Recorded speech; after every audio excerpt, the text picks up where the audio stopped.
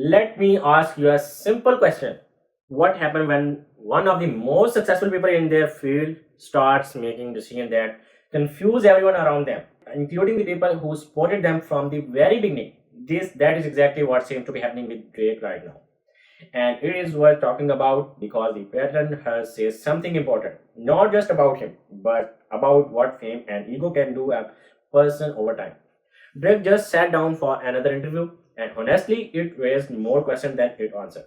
He came across as someone who is deeply uncomfortable in his own skin right now, saying strange things, trying too hard to seem unbothered, and instead of coming across as confident, he came across as someone who genuinely does not know what to do next.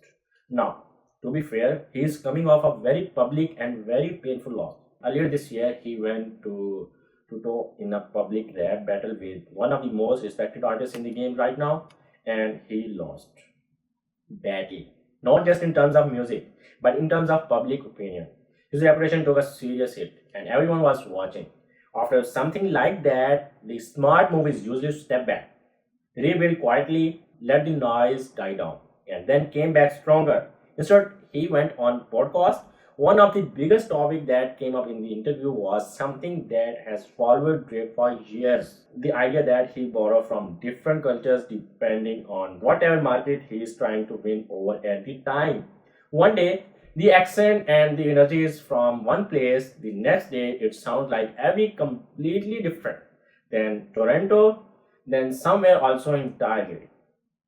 Some people defend this as appreciation, as someone who loves different cultures and shows that love through the music, and there is something to that argument, but there is a real difference between appreciating a culture and changing your entire personality to fit into it whenever it's convenient. We have seen what happens when that line gets crossed. Other artists who build careers around adopting culture identities who that were not their own eventually face serious public backlash.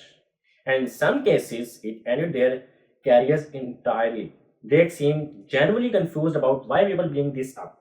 He talked about in the interviews as if the criticism is about collaboration, as if people are upset that he works with different artists. That is not what people are saying at all. Then there is the lawsuit. After losing the rap battle publicly, Drake filed a legal case against his own record label, claiming they promoted his viral unfairly and to his determinant. Now, think about that for a moment. Thoughtful the entire history of competitive rap, artists who had public battles, they have lost. They have taken their hits and then they have came back through their music. That is how it has always worked.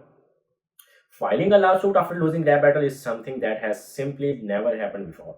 And most people watching this situation do not understand why he is doing it. Because it does not make sense. Make him look and it does not make him look stronger. It makes him look like someone who cannot accept a loss. There have been other moments too that have people scratching their heads, questioning about his physical appearance and whether certain things have been altered, texting a teenager actress and giving her advice about boys while she was still very young, or behavior in public settings that does not match the image he has spent years building. And then the interview itself, where instead of coming across as ground and focused, he and the most spend most of their time validating each other, telling each other how great they both are, working through what felt like very public therapy session that neither of them really needed to have in front of camera. It was hard to watch. Here is what I think is really happening.